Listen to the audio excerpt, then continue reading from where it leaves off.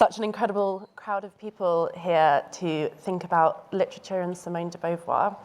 My name's Lou Stoppard. I'm a writer and a curator, and I'm going to be chairing a conversation today about Simone de Beauvoir's novel, The Inseparables. Just a bit of background. So Simone de Beauvoir was born in 1908 in Paris and would go on to become one of the most influential figures of 20th century philosophy and feminism. De Beauvoir's early intellectual development was closely tied to existentialism, a philosophy emphasizing individual freedom, choice, and responsibility. Alongside her partner in life and often work, Jean-Paul Sartre, she explored how existentialist ideas could be applied to ethical, social, and feminist issues. Her legacy is, of course, linked to her groundbreaking 1949 work, The Second Sex, a monumental critique of the way in which women have been historically subjugated and defined as the other. Her assertion, which I'm sure we all know, is that one is not born, but rather becomes a woman. Beyond her philosophical contributions, de Beauvoir was a prolific writer of novels, essays, autobiographies. One autobiographical work, Memoirs of a Dutiful Daughter, is actually incredibly relevant to the conversation we're going to have today because it tracks her close friendship with Elizabeth Lequesne, nicknamed Zaza, whose premature death at 22 had a profound impact on de Beauvoir. So just a little bit about The Inseparables. It's a novella that was published posthumously in 2020. De Beauvoir kept the draft of it her whole life, having written it in 1954, but never published it. It explores a complex emotional and intellectual relationship between two young girls, Sylvie and André. Sylvie is based on de Beauvoir herself, whereas André is based on Zaza. They meet at the in the early 20th century while in Paris, so they're both at a private Catholic girls' school. And the book goes on to delve into themes of love, identity, friendship, and the societal constraints placed on women, particularly through religious and family pressures. Sylvie's feelings for André border on veneration, but they are not reciprocated in the same way. And the novel captures André's internal conflict between fulfilling expectations and pursuing her own desires and identity. It's very relatable in that sense.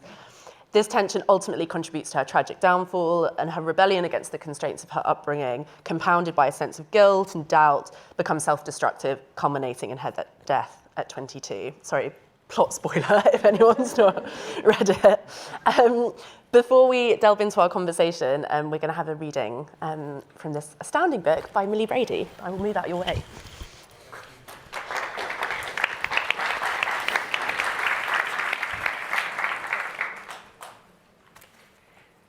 The bell rang, and I went into the Sainte Marguerite classroom. All the classrooms were the same. The pupils sat around an oval table covered in black moleskin and were supervised by the teacher. Our mothers sat behind us, watching us as they knitted balaclavas. I headed to my seat and saw that the one next to mine was taken by a little girl I didn't know. She had brown hair and hollow cheeks and looked much younger than I was. Her dark, shining eyes stared at me intensely. "Are you the best pupil?" "I'm Sylvie Lepage," I said. "What's your name?" "André Gallard. I'm 9. If I look younger, it's because I was burnt to a crisp and I didn't grow much. I couldn't go to school for a year, but Mama wants me to catch up. Could you lend me your notebook from the last year?" "Yes," I said. André's confidence and her precise, rapid way of speaking unsettled me. She looked me up and down defiantly. "The girl next to me said that you were the best pupil," she said, nodding slightly towards Lisette. "Is it true?" "I'm often at the top of the class," I said, somewhat shyly. I stared at André. Her dark hair fell straight down around her face, and she had an ink stain on her chin. You don't meet a little girl who was burned alive every day, so I wanted to ask her a lot of questions. But Mademoiselle Dubois came in, and her long dress sweeping across the floor.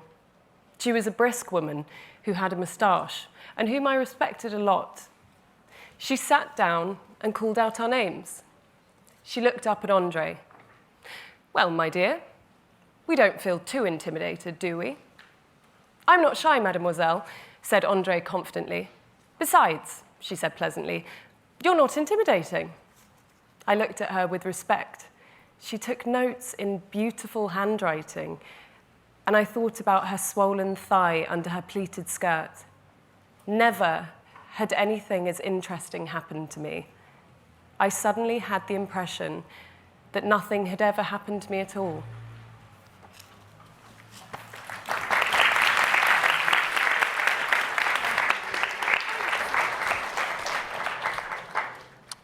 Thanks so much, Millie.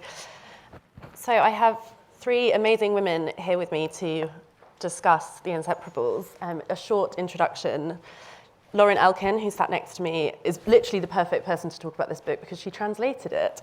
Lauren is a French and American writer and translator. She's the author of several books, including the novel Scaffolding and the non-fiction works Art Monsters and Flinners. And as I said, she's the translator of Simone de Beauvoir's The Inseparables.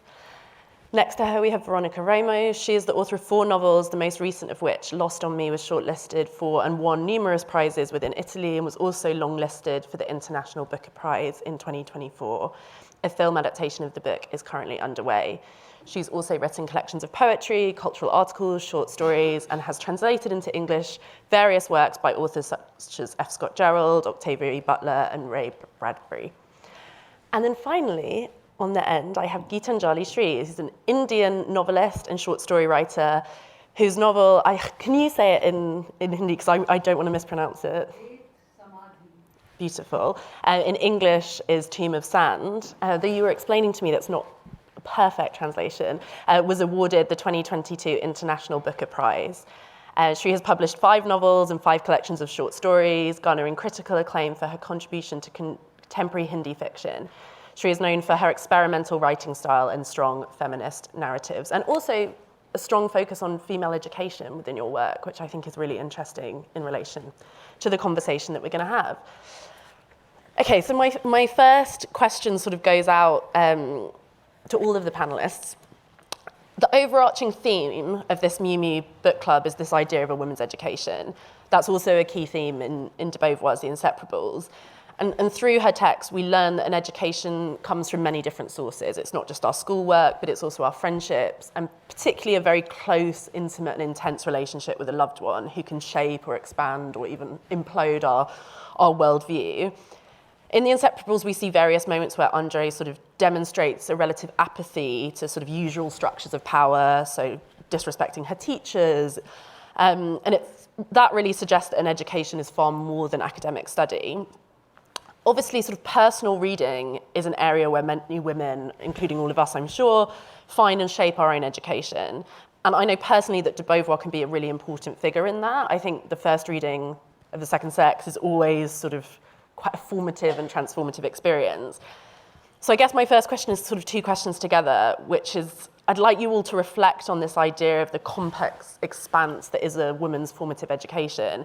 And also if they can tell us a little bit the extent to which, de Beauvoir was involved in that for you. When did you first come across her? What was the first work? I mean, it'd be great in relation to this text if a very close friend lent you their copy or something like that. Maybe Lauren, I'll go to you first. Okay. Hello, everyone. Thank you all so much for coming out today, and thank you to Miu Miu and to Miuccia Prada for inviting us. This is really a massive pleasure. When I translated this book, sort of during the pandemic, sitting up alone at night after my son had gone to sleep, sort of looking out onto my Parisian street, I just could not have imagined that I'd be talking to this many people in Milan, of all places, about it. So it's a thrill. But so more to your question, I think Simone de Beauvoir is such an interesting sort of figure to sort of get at the idea of a woman's education because, as you pointed out, she is the one who gave us this really massively influential idea that you're not born a woman, that it's not just even a question of you're born a girl and you grow up into a woman, that it's a social process. There's a really interesting interview that she gave, I think it was 1970 with Jean-Paul Sartre to French radio, and the radio interviewer asked Sartre if he was a feminist, and Sartre, obviously being the lifelong companion of this massive feminist, was of course. And Beauvoir turns to him and says, but you don't have the vécu de la femme. You don't have the lived experience. You can be an ally, but you can't truly be a feminist unless you've had this lived experience. And I think that points to what you're talking about, this idea that it's even now we're still, in formation as women. Even at age 46, I'm still becoming a woman, even though, one might have thought that I'd arrived there, some time ago, or maybe when I had my child. But so Beauvoir came into my life when I started. So I used to do theater, and my first year of university was spent doing like ballet and scene study. And then I transferred to Barnard, which is the Women's College of Columbia University. It's a feminist place, and it's the place where someone first said the name to me, Simone de Beauvoir. And I was like, who's that? I'm just a suburban girl who's been doing theater all this time. And it was a real it was like there was a secret club of like very intellectual feminists who had all read Simone de Beauvoir at the age of 20, and I hadn't, and so I had to hurry up, exactly, get to where everybody else already was. And so I spent, nights in the library reading The Second Sex, and then we read The Woman Destroyed in my French class, and so I feel like I went from 0 to 60, pretty quickly with Beauvoir, and was just at first baffled, why is there so much zoology in The Second Sex? This is really boring. I thought I was going to be reading about women's rights, and instead it's like the reproductive habits of I don't even know what. But then you get into the meat of it, and it's just, transformed the way I look at art and read literature and think about the way that women are represented in culture and how that has an impact on, how you think about yourself, how you see yourself in the world. So yeah, I'll let someone else talk now. Well, Geetanjali, I'm really interested to know how you came to Simone de Beauvoir, because I imagine it was a very different first reading. Yeah. Well, first of all, I come from a country which is very uneven in its educational ways, and economically also uneven in all sorts of ways. So what I say doesn't apply to everybody uniformly. Simone de Beauvoir was already translated in my college and university days. I think this would take us back to the 70s and the 80s. And I think in English, The Second Sex had already come out for at least 1 or 2 decades, maybe 2 decades already. But the institutions of higher learning, where the more privileged children could go, we went, it wasn't like a cataclysmic moment, it was more like a catalyst that the book or the writer became for us. Because, these things, the air was abuzz with those ideas of the second sex, particularly about the woman being, not born but constructed. And of course, ideas of alienation, individualism, loneliness within existentialism, and all that was that was a time when all the young people were talking about it. So it came to me like the stirrings inside, which may have been inarticulate, got articulation through books like The Second Sex. Nice. Veronica, tell me, how do you connect to Beauvoir to sort of formative education? Do you remember a first reading? Is she someone you associate with? Yeah. Hello, everybody. Actually, I must admit that I discovered Simone de Beauvoir and The Second Sex quite lately, because when I was in high school, for example, I liked very much Camus. I was obsessed by Camus.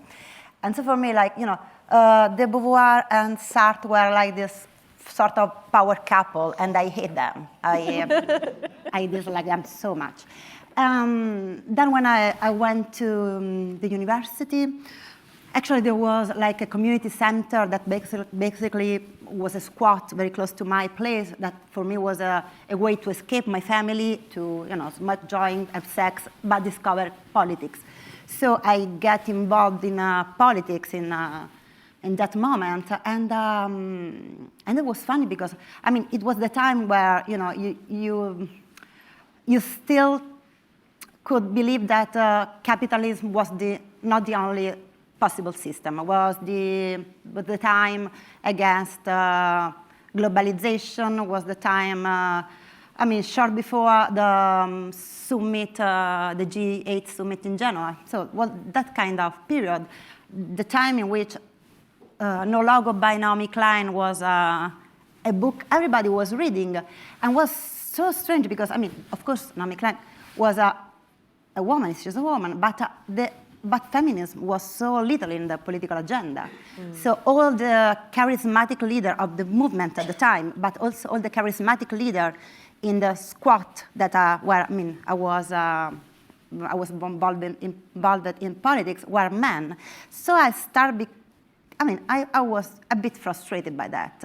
And that's how and when I discovered Simone de Beauvoir, when I read The Second Sex, and also when I read all the other feminist thinkers that, of course, were describing a genealogy starting from Simone de Beauvoir, but then also took some distance because, in Italy, we got what is, the so-called feminists of difference that were super critical towards Simone de Beauvoir.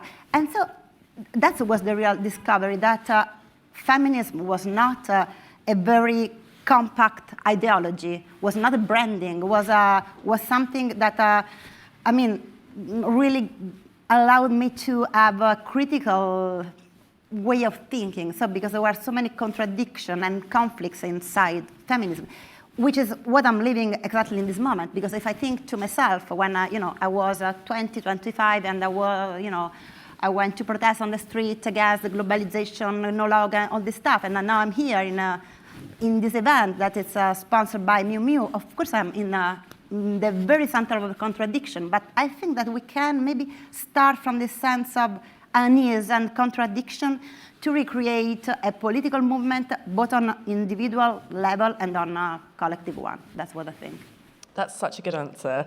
I'd like to delve into the Inseparables now. Lauren, I'm going to come to you first because you literally translated the book. So tell us, briefly, because I know it was a monumental process, but tell us briefly about that.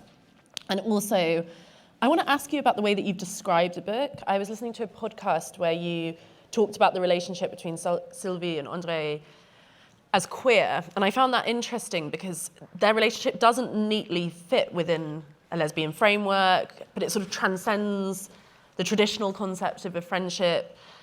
Can you just share more on your thoughts of that interpretation and how it approached your translation of the sort of subtleties of their discussions? I also want to ask about how it's influenced your own writing, because I know that you'd begun scaffolding your novel before this translation, but within that book you have a queer relationship between Anna and Clementine, and I'm interested if any of sort of de Beauvoir's, the subtleties of her writing, if that fed into your text. Sorry, that ended up being about 7 questions. No, that's okay. Good luck. That's all right. Oh, thanks. Off I go. The process of translating it was a really specific one because it's a book that had just been published in French, the previous year, but by this really canonical author who'd been dead for quite some time. There is another translation happening in America at the same time. So there's the American English translation was done by Sandra Smith. For whatever reason, the UK publisher liked my sample and the American publisher liked her sample. I actually think what you read was the other translation, but it's all good. So I knew that someone else was doing it. So I felt the pressure of I have to do this right, but I also felt not as much pressure because it was well, if I mess it up, someone else is doing it too. Also, that's such a good little fact, also in relation to what Veronica was just saying about multiple interpretations. Yeah. It's nice to actually think that the text has multiple lives and that someone else would, that's sort of the power and the paradox of translation, isn't it? Yeah, exactly. Sorry. Yeah, and I think, we need to have solidarity amongst translators. It's, capitalism that pits us against one another. But if you can have, my version and her version, cool. And there's at least one really interesting journal article comparing the two, an academic journal article, but it's out there, it's on JSTOR.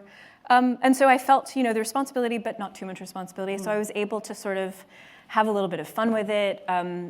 Because it had never been edited, I thought, Simone, let me give you some tips. Like, there's a lot of reported language, a lot of dialogue. So some of it I kind of shaded into like indirect dialogue. So if it was like, yes, comma, she said, then I was like, she just said yes, like it's fine. We don't need to get every single scrap of dialogue. And for whatever reason, the French publisher was fine with me like going a bit rogue. I mean, I think it's a faithful translation, but I tried to be faithful to the novel as such, rather than like verbatim faithful to what Beauvoir had written in that particular draft. Coming on to the relationship between André and Sylvie, I would say, so I was responding to the fact that Paul Preciado, who's this great, Spanish philosopher who lives in France, had published a piece in Libération saying this was Beauvoir's lesbian love story. One is not born but becomes a lesbian. And then that was met with a lot of resistance from Sylvie Le Bon de Beauvoir, who is Beauvoir's adopted daughter, life companion, and then adopted for legal reasons so she could be her executor. And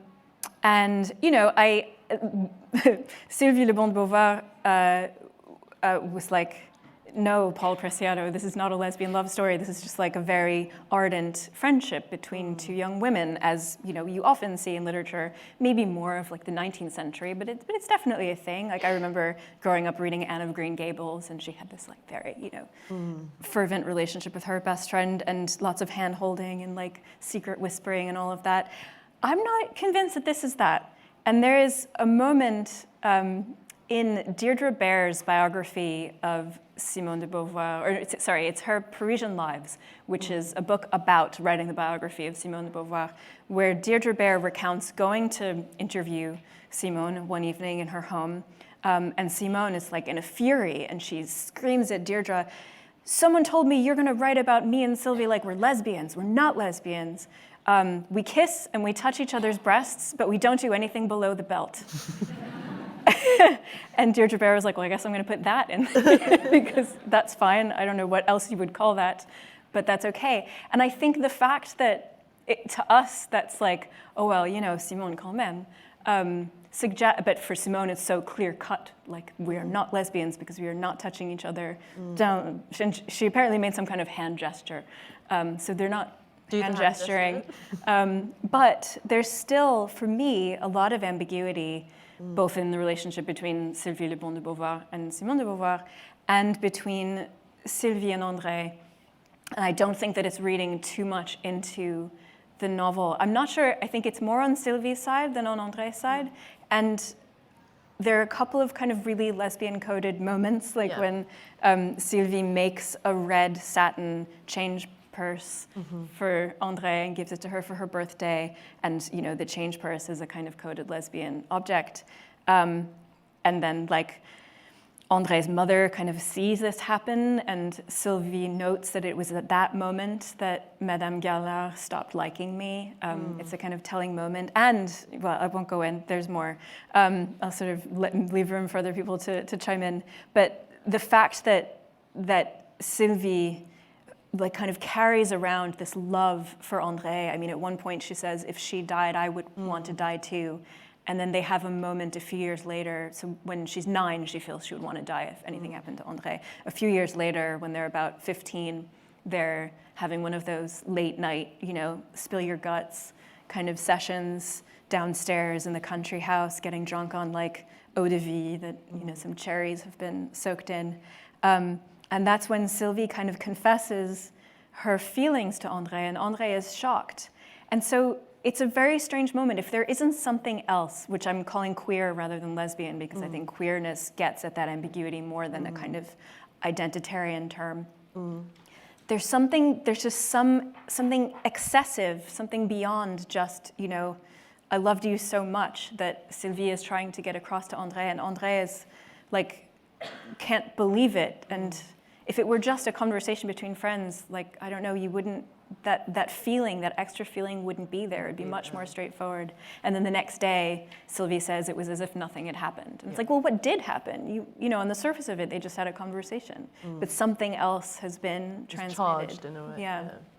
And Did that ambiguity influence the queer relationship in scaffolding? Completely, because Yeah. I didn't know that was a queer relationship until after I had translated The Inseparables. Perfect. And so I was just kind of exploring this relationship between these two girls, these two women, young women. And before I knew it, they were like kind of sexy dancing to the raincoats. Been there. Totally. So, yeah.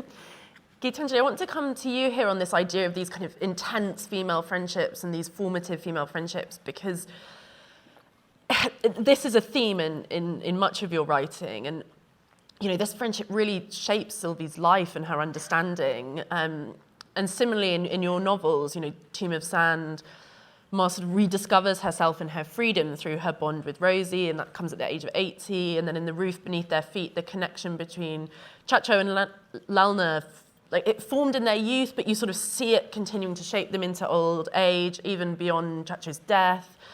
Can you just elaborate on the role of friendship and the way, why it's such an area of exploration to you? But also, and tell me if I'm wrong with this, I wonder if there's an idea of these as spaces of freedom because they exist outside of a male gaze. Okay, let me try and address at least some of those things, because you've said many things. I haven't planned it so, but yes, friendship between women is a recurring theme in my work. And I think partly it comes from the fact that women's friendships are marginalized by the mainstream gaze. And it's interesting that Sartre also didn't think this novel was particularly worth publishing because it was about, you know, two women and their very intense friendship.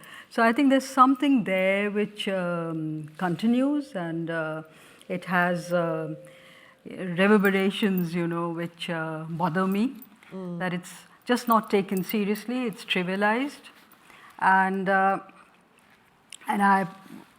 think, in fact, women's friendships are, now this is I mean, take it with a pinch of salt, what I'm saying, but they're almost much more intense than men's friendships, because I think in the way women have been constructed, ego is not a huge thing. You know, I'm talking in certain stereotypes. There will be individual variations, of course, but by and large, you know, traditionally what's been happening, the way the male is constructed, ego plays a huge big part.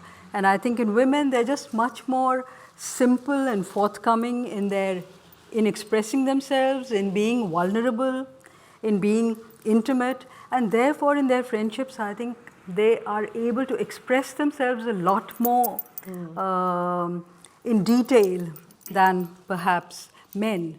And it's something that I keep, I discover that I keep, you know, returning to that. And in Roof Beneath Their Feet, like you said, it's outside the patriarchal gaze. Now, nothing is completely outside the patriarchal gaze, because even women tend, to some extent, to look at themselves through the patriarchal gaze. So it is something which has to be constantly made a dent into and challenged and questioned. But certainly, there is margins, space in the margin, you know, where these friendships can thrive.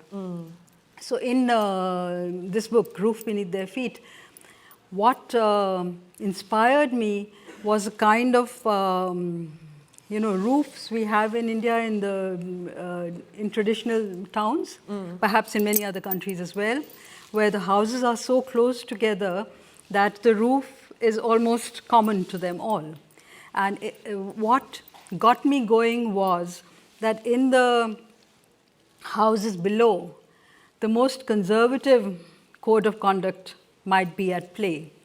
But if somebody from this end of the neighborhood climbs up from here, and somebody climbs up from that end of the neighborhood, and they have their rendezvous somewhere up on the roof, then how can they be checked? So that became an area of freedom where relationships could also, you know, transgress all kinds of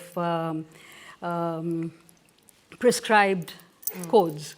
So I started with that idea, and everybody, I would say that, potentially everybody thought that if there is something, a secret friendship going on up there, it has to be between a man and a woman, which is part of how patriarchy would look at things, And that, I think, gave me the impulse and the naughtiness to discover a friendship which is not between man and woman. And it became a very intense friendship between two women of two different classes, which made it a kind of taboo friendship. But in that area of freedom up on the roof, in English it's been translated as the roof beneath their feet. So when you have the sky above and the roof beneath your feet, there's nothing that can stop you. So it became an area of freedom where this friendship played itself out. So sure, it became very intense relationship, which a lot of people interpreted as being a lesbian relationship. And I also thought, I hadn't really thought about that. But then you don't know where a very intense, intimate closeness also has lesbian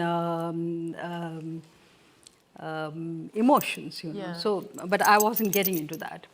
When you talk of Tomb of Sand and the friendship there, again, it's a taboo friendship. In the case of Lalna and Chacho in Roof Beneath Their Feet, it's not, in that sense, a taboo friendship, but it's a trivialized friendship, or it's taken too casually. In this case, it's a taboo friendship. And it's actually not between two women. It's between a woman and a transgender. So it's between the Amma and Rosie, who's also Raza. Okay. So it's another kind of friendship. And I think it has very different and more volatile sociological and emotional layers to it. And I think, strangely, there is an area of freedom permitted even here, because there is no prescriptive model on how a friendship of this sort between the so-called normal person and transgender, how it should conduct itself. So when you don't have a model to follow, then there is a certain freedom which is already allowed. So I think the Tomb of Sand plays with this idea, and these are very, they are very, I think, crucial relationships because they allow you to challenge given, sort of norms of social equations and rules. So I think they become, in that sense, revolutionary potential. They develop revolutionary potential. I want to bring Veronica in here because it's really interesting when you're talking about this idea of finding space for a friendship and finding space for yourself, because that's something that I really love about Lost on Me, is this, the description of desperately searching for a sort of a space.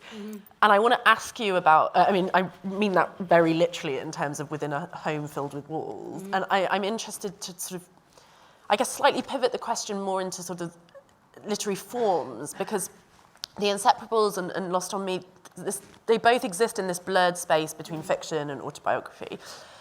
And de Beauvoir sort of fictionalizes her own past, this friendship, as I said. But you've described Lost on Me as, you've called it a novel, and your explanation for this was, this way it is easier. I just really want to ask you about what you meant by that, this way it is easier, and talk me through some of the kind of challenges of navigating these two forms. Which way is it easier? Sorry, just... Well, that's hopefully what Veronica's going to tell us. Sorry? That's hopefully what Veronica will tell us, whether it's... Was I referring to my novel? To your novel? Yeah. Okay, so are you going to answer? Yeah. I took it all upon myself, and I'm going to answer. I wrote this He's novel. telling me to shut up. Here I was getting all geared up to answer. Sorry, please go ahead. I said that it was easier, let's say, for the Italian market, because in Italy, basically, we don't have any distinction between fiction and non-fiction. The only distinction that we get is either you wrote a novel or you write poetry, basically. If you write short stories, okay, that's a bit different from a novel, but maybe there is a fil rouge that connects all the story. So, I mean, you can just publish novels in Italy. So I would say, okay, that's a novel. Okay, no problem. And so all these, subtle distinction, literary, nonfiction, memoir, autobiography. I mean, it's just a kind of debate we are not very, I don't know, maybe fan of. So that's why it was easier. Then inside my novel, or whatever, inside my book, let's say, so it's let's keep it generic. I play a lot with the very concept of fiction and true and fiction, let's say. So even the Italian title plays, it's a sort of a, I mean, it's called Niente di Vero, which means nothing true, but also nothing of me, because my nickname is Vero. And so I was trying to question this very question in the book itself. So playing a lot with the, I don't know, asking me and ask everyone if someone wants to answer, if it would be ever possible to write like a real autobiography. I just don't understand the concept, because there is anyway a work of manipulation. The fact itself that you decide what facts of your life, what period of your life you want to, I mean, you decide to write about, or the interpretation you do to certain events. I mean, that's an act of manipulation itself. And so, I mean, I guess that's the only kind of truth that interests me is that kind of truth, which is an artistic truth. And I would say the same thing with something which seems very far away from literature, maybe photography. I don't think that photography is a reproduction of reality, but is a reinventing reality. It's always staging. So for me, any kind of art is a staging and inventing reality, and is and so I don't believe that actually autobiography itself is possible. And talking about the book by de Beauvoir was sort of, I don't know, I don't want to say sad, but at least uncomfortable at least. I don't know if it's the same in the Italian edition, in the French edition, but in the Italian edition, they put on the cover the image, the real picture of the true Simone de Beauvoir and Zaza, and then there is all the letters that they exchange each other, and then there are some other pictures. So she actually wrote a novel. She changed all the names, and so she stated that was pure fiction, and she didn't even want to publish the book. So then the book was published after her death, and it became this sort of strange hybridation between fiction and non-fiction with the real picture. I don't know, I found this very unfair. I mean, if I was her publisher, but that's just, my opinion, no, so it's I'm not. interesting that you say that, though, because when you read her memoir, like there are passages which almost feel not identical, but sort of, and there is something, I think, I'm sure she would be really interested in the way that you've just described the sort of impossibilities of both forms. And it was really interesting to me that you were talking sort of about this idea of truth and reality and what is real and candidness, because that's actually a second question I wanted to ask about your writing and about Lost on Me, is there's a real sort of, you really sort of confront some of these ideas around sort of shame to do with intimacy in relation to women, particularly in terms of sort of their bodies and sort of private aspects of their routines. And that's something that really comes through in de Beauvoir. She talks in The Second Sex of this sort of idea that to grant access to the abject is a starting point towards sort of awareness and freedom. And it was interesting at the beginning you were talking about this sort of tradition of feminist thinking and the fractures and splits within that. But I just wonder if de Beauvoir, or where de Beauvoir sits, if at all for you, in that lineage of sort of feeling able to delve into sex, periods, defecation, growing, changing body parts in the way that you do in Lost on Me. I don't know, I always feel this question as a tricky question, because very often, I mean, if you are a woman, and you write, you are supposed to talk about your relationship with the body.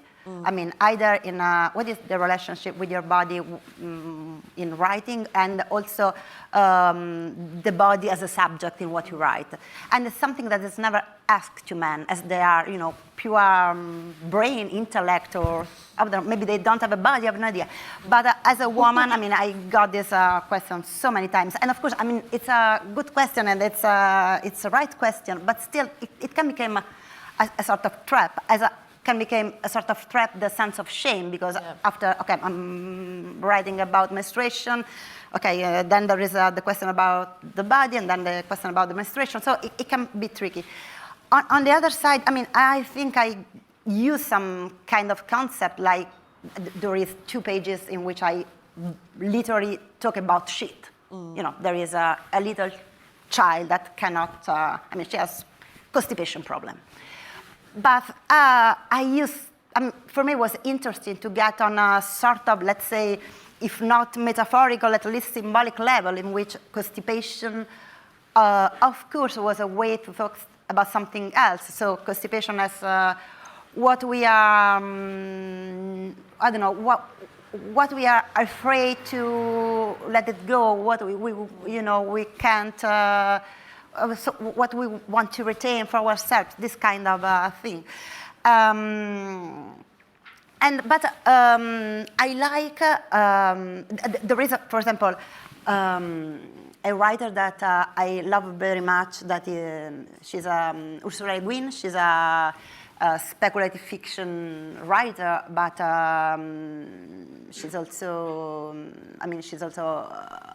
she wrote a lot of nonfiction talking about feminism and other stuff. And in the last period, when she was getting quite old, she started talking about old women, which is a sort of weird topic, especially as a philosophical and theoretical topic.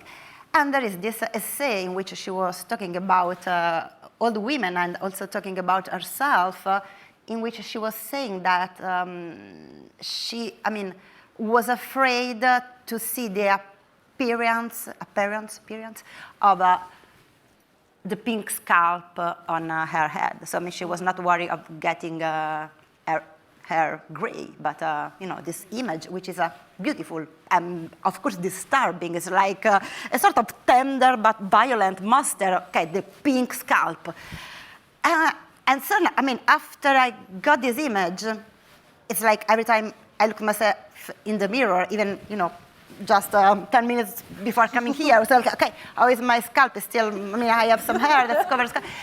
You look great. Yeah, but I know that under this there is this pink scalp, there is this monster, and I think that's what I like in female writers when they talk about body, when they can create these beautiful but disturbing images. Yeah. I'm happy that you raised sort of aging, actually, because it's interesting thinking about passage of time in relation to something that I wanted to ask you, Lauren, which is about the characters within scaffolding, because they're separated in time. It's 2 characters living in the same Parisian apartment but at different points. So one in 2019, and that's Anna, and then Florence in the 70s. So they sort of have these same circumstances, but then the way that they respond to themselves, their challenges, their lives, their families, marriage, all of these different things is so different because of the passage of time and changing norms. And there's a sort of intellectual history to that, and I just wonder how you tried to capture that within the work, because it's a complex thing to do, to talk about kind of shifting societal norms and capture so many evolving status quos while also capturing an interior life. Yeah. Well, one way that I went about doing that was by having several controls, in the experiment of the novel, certain things that were ostensibly the same for both of them. So, and then, that was the control itself then sort of lets you see what else is happening. So, for instance, Florence in 1972 is attending the seminars of Jacques Lacan and sort of hearing his thoughts on women, on there is no such thing as women, as he's pronouncing them. And then Anna in 2019 is a Lacanian psychoanalyst. And so by 2019, the culture has kind of metabolized what Lacan was saying in 72, and it's sort of no longer shocking. It has shocking period, then it had its, oh, okay, well, we sort of understand would be speaking metaphorically, and then, oh, actually, no, there's a backlash because you can't say that, there is a woman. And so by the time Anna comes on the scene, it's sort of, these arguments have been had, and so maybe there's a sort of residue that she can sort of try to see how it's a philosophy for living rather than an idea to be for or against. And so I think Florence in 1972 is having an extracurricular relationship and is trying to sort of understand within this new framework of the body and pleasure and desire that she's getting from this nascent women's movement in France, and is like just sort of off the rails. Like she stops taking her birth control pills because she wants to have a baby, but doesn't know if she wants to stay with her husband and knows she doesn't want to stay with the guy she's having an affair with, and it's just kind of like trying to find her way and living at top speed, and trying to be sort of faithful to her onboard compass in the midst of great upheaval. And so feminism for her is really this kind of like, she goes to her consciousness raising meetings and says she wants to have a baby, and someone's like, have a baby, and like, we'll deal with the consequences later. And then, nearly 50 years later, Anna has just lost a pregnancy that she wanted very much, and that is also the kind of impetus for her to have an extracurricular relationship, but is much more measured and careful because she's seen what happens to the feminists of the 1970s. She's seen the failure of, well, not failure, but the way that kind of rebellion gets kind of assimilated into the mainstream and just becomes the way that women of our generation, Anna's only a little bit younger than me, just sort of took feminism for granted. Like it's just, it's done. We're post-feminist. We can, sure, there are some ways in which we're not equal to men. Like we don't get paid as much as they do. And what are the ways in which we might, like, I don't know, live our life on our own terms? And then she meets Clémentine, who's this even younger generation. So like Gen Z, like just kind of, touch grass and free-spirited and sees the work that there is to be done and looks at Anna's complacency and says, no, you have to get out into the street, you have to protest, you have to like come out with us and put these feminist slogans on the walls. You can't just take for granted what these women did in the 70s. You need to, psychoanalysis still has to be transformative. It can't just be like, okay, we've argued with Lacan, now let's have our, semi-weekly sessions. And it's so interesting what you're saying, because these are such strong themes in the Inseparables, as well as this sort of generational voids and divide. And you see that particularly with Sylvie looking at Andrew's relationship with her mother, which is also a kind of strong duo within the book, and marveling, well, not so much marveling as sort of just the confusion of these relationships between different generations and the way that we project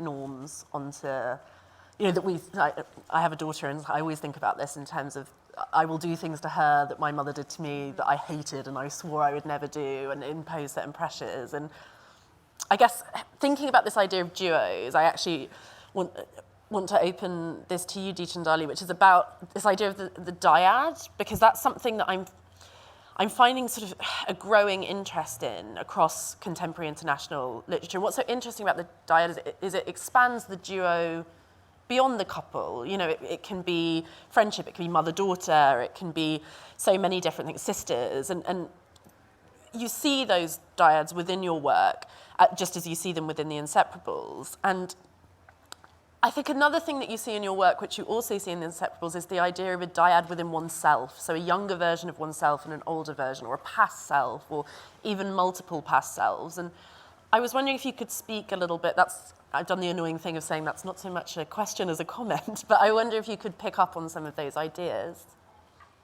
Well, first of all, let me tell you, I really have to get used to this word called dyad. I mean, it's not my vocabulary. I don't use academic language quite as easily as a lot of you do. In any case, I will use it today. A dyad, I think, is a given in any relationship, I think you can, a dyad is a given in any conversation. And you cannot be unless you have an other that you are speaking with. So a dyad has to be there, for anything to become meaningful. So the self has to have an other, and of course all kinds of pairs have to be there for a conversation to be possible. So I think a dyad is always there. But and sure, I mean, it's there in my work very much so, and mother-daughter relationship and many other relationships as well. But I think a dyad has all kinds of potential. Unfortunately, human proclivity being what it is, it's often the fractious tendency that comes out, and I think a lot of my work is a plea against that. And Tomb of Sand in particular, where all kinds of dyads are created, everything, I mean, age, of gender, of nation, religion, class, everything, including animate, inanimate, nature, human. So all kinds of pairs are created with what I have referred to again and again as a border. And the plea that returns to my work is that these borders don't have to be barbed wire fences which divide people and end conversation or make for hostile relationships. In fact, these borders have to be about, they have to be bridges where there is a give and take and there is a conversation which enriches both sides. So that is what my work keeps, bringing out of these pairs that are created. I'm very conscious of time. We're going to open up for questions, but before we do, you're going to have to answer so briefly. So briefly. But I have one last question, which actually relates to the beautiful reading that we had at the start. There's an amazing line in it that I find like so tragic but so rousing at the same time, which is, never had anything as interesting happened to me. I suddenly had the impression that nothing had ever happened to me at all. And it got me thinking about what it is to be a writer. And I think part of the quest in writing is always to sort of make things happen to oneself. There's a sense of wanting to live and experience other worlds, try other things, expand our reality. And I love the motivational aspect of that, of wanting something interesting to happen. And I wonder if that's something that it's such a complex question to answer in like a couple of sentences, but I wonder if that's something that you will feel that you can relate to, this sense of wanting things to happen to you, and is that something that's pushed you towards writing? Today we're all going to find out how to count a couple of sentences. Yeah, I know, sorry. Okay. Lauren, do you? I write about this in Flanneuse, so I can just say, cross-reference Flanneuse. I moved to France and became a writer. So it was like moving to another country and starting to observe another culture very close by, while also being young and throwing myself into romance after romance and experience after experience. The two really went hand in hand. Like I became a writer because I moved to France. And that was, at its heart, like about a search of some kind of more textured experience of life than I had in New York. Interesting. Veronica, do you have any? Are you always searching for things to happen? Yeah, I don't know. I think that I write much more out of frustration than, out of desire. So if frustration is a drive, that's my drive. I mean, and actually, super short, but that's also something that creates, I think, a strong sense of community. Because, I discover my, best friend, female friend, thinker, that were all, we were all sharing frustration. So that's, what I think is a solid, basic to create a community. I fail miserably when it's two sentences that are allowed, but anyway, I'll try. I think a writer definitely, tries very much to get into other skins, other worlds. And that is the magic of art, that is the magic of living, that is the magic of being sensitive, because you're always trying to just become something else, and that makes everything so interesting. But I also want to say, and sorry, I have to go back to India in this case, that in my country, till recently, individualism has not been a value. So anyway, we've been living others' lives, which is both oppressive and also exciting. So we are all just falling into each other and falling on top of each other and coming in each other's way and living each other's lives. And I also want to say, finally, the second sentence, that I think within us, we are all so pluralistically made, and not just countries like India, I think all of us, that we are actually many people, many times, many cultures, many things all together, and a writer is trying to, enliven all those various sort of, the variety of people and worlds within one, and find the interesting life. Yeah. I think that's a lovely note to open up to questions on, because also it gets to the heart, I think, of that really crucial point that you raised, Veronica, about which version of this friendship is the most true. And is that even a question that matters in terms of truth? But there's an autobiographical version, there's this version in the novel. Maybe they both exist. In Sylvie, Simone de Beauvoir can be multiple versions of the same person. And I think we should all hope to have that freedom within ourselves to acknowledge multiple selves. And the frustration of that as well. Any questions? Someone be brave. At the back. I might get very shy. But I remember this quote of Simone de Beauvoir saying to some of her scholars, don't fall in love with any man before you found yourself. Which for how women are constructed, but then, oh my God, now it's getting worse. Then love is also built up and constructed in a way where women lose their freedom. And I wonder if this other relationship between women are not also a free space to allow women other ways of loving without that construction. And so it could be a free space to explore themselves and other ways of relating, where you don't fear what is different from you, and when you don't try to be controlled, and so you stop feeling ashamed and fearing what is different from what is asked for you to be. Who would like to be brave and answer? I'm just remembering a folk tale in India, which is, it's quite amazing because it belongs to some other time, but I'll try and make the story really as short as possible. But it is about two rich people who decide before both the wives are pregnant, and they decide before the child is born that they'll marry the children so that all the wealth comes together. But so one has a daughter, and the other one, after some time, also has a daughter. And he doesn't want to tell, because then he cannot get them married.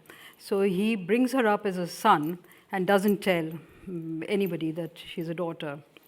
And it's quite traumatic, and she thinks she's a boy, and then they get married, and there's trauma after that. And just to cut the long story short, it's a beautiful folk tale. There's a world of ghosts. What's it called, the folk tale? I've forgotten the name of the folk tale. I'll find it and find it out and tell you. It's from Rajasthan, from one of the North Indian states. So they're disgusted by, then they discover that this trick has been played on them, that that they're both girls. And they go to a town where there are no humans and there are only ghosts, and the ghosts look after them. And these two they live as girls, and they develop a beautiful relationship where there's no domination, no conflict, they understand each other, etc., etc., etc. Then curiosity comes in, and one of them wonders, what it is to be a boy, what it is to be different. And again, to cut the long story short, they ask the ghost, and the ghost says, don't ask me to do this, but if you insist. and he makes one of them a boy. And then what all starts going wrong in the relationship when there's boy and girl. That's what it's Well, men ruin about. everything. Yeah, but it's quite amazing, because it's a folk tale from down the ages, and to think of something like this then. Yeah. Are there any other questions? Over here. This will be our last question, just to say. Thank so you no so much, pressure. everyone. So I find it really interesting that Miuccia Prada has been able to kind of harness this image of girlhood that all of us here have kind of bought into in some way or the other, either from being here or buying the product. But what do you think it is about girlhood that kind of can excite us at any age? Interesting. Sorry, what was the last part? What is it about girlhood that can excite us at any age? Connect what? That can excite us at any age? You could reject the premise of the question. Maybe girlhood doesn't excite. The question. What is in which sense? I'm sorry, I didn't get the connection. I mean, Like, we're talking about the power of girlhood, and it's something that's kind of makes us question and draw excitement. So what do you think it is about girlhood that kind of makes us so attentive to this notion at any age, this aspect of girlhood? Like, it's something that's, we kind of go around the one way for Miu Miu, and we're here listening to the power of it. What do you think it is about girlhood? Is it this element of like... it's strange because the word girlhood doesn't even exist in Italian. And that's about, I mean, I was curious how I would translate it. And of course, maybe fanciullezza is a way to do that, but you totally remove the fact that we're talking about girls. So I don't know, it's a strange concept, and I don't know, I feel more the fact that it's a derivative as a lot of other, concept that we are used now as a safe space, I don't know. So I think I can't answer because I'm not so sure what girlhood represents for me and what it is, basically, yeah. If I could jump in, Yeah, I would say I think there's something about the fact that it's such an ambiguous stage of life in terms of what we know. I mean, I'm thinking about I'm an American person in Italy right now. I'm thinking about Henry James's novella, What Maisie Knew. Like, what Maisie knows is like too much, and Maisie doesn't make it. There's this idea that we need to preserve and protect girlhood, like young girls need to be kept innocent and pure and protected from knowledge.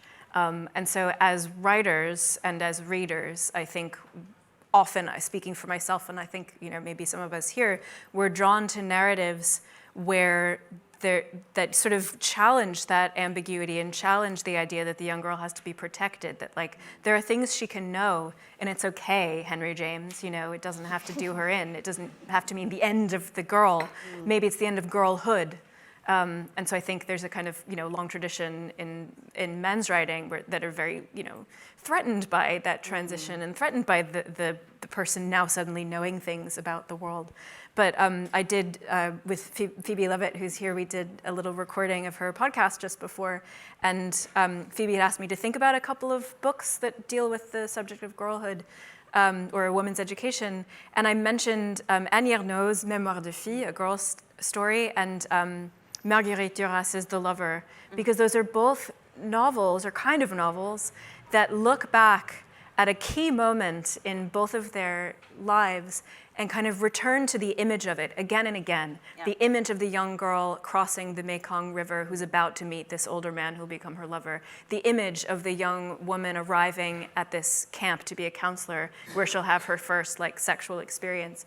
And again in those texts, they're looking at the picture in their minds of the young girl that they were, but girl, 15, is that a girl? 18, is that a girl? Depends on the time, depends on the place.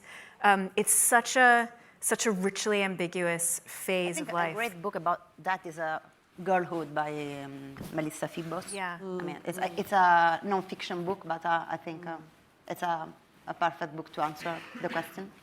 But it sounds like a cliche, but I think there is something so compelling about Andrea or Zaza, because, 22 isn't girlhood, but the fact that she dies young, you associate her with this moment of transition, change, confusion in one's desires and wants, and also the sort of beautiful intensity of youth and the confusion about one's desires and ambitions that come with that. Like, I mean, you feel things so strongly in those times, and you see that with her. And I think, I mean, maybe just as a closing note to bring it back to the Inseparables, that's something that is so poetic and poignant about the work. I think it's also just one of the most impressionable ages, and that also makes it the age when you can dream. You know, it makes you dream. It is the age when things are still possible. It's another matter that, you know, in some of the works that we're talking about, there is this death and there is a truncated life.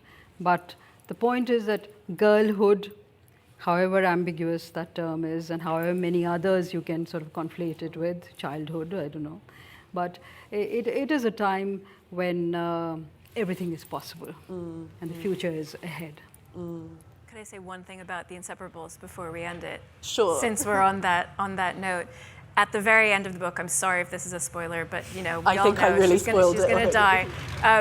At the funeral, Zaza, well, André's family have covered her in white roses. There's white everywhere, and Suvi leaves 3 red roses, like just a disruption of like knowledge and carnality in the midst of all that pure virginity. It's sort of like the pink scalp. It's an image. The description of her drowning in these white roses. It's sort of beautiful and disgusting at the same time. It's so read to the end for that point. Please do.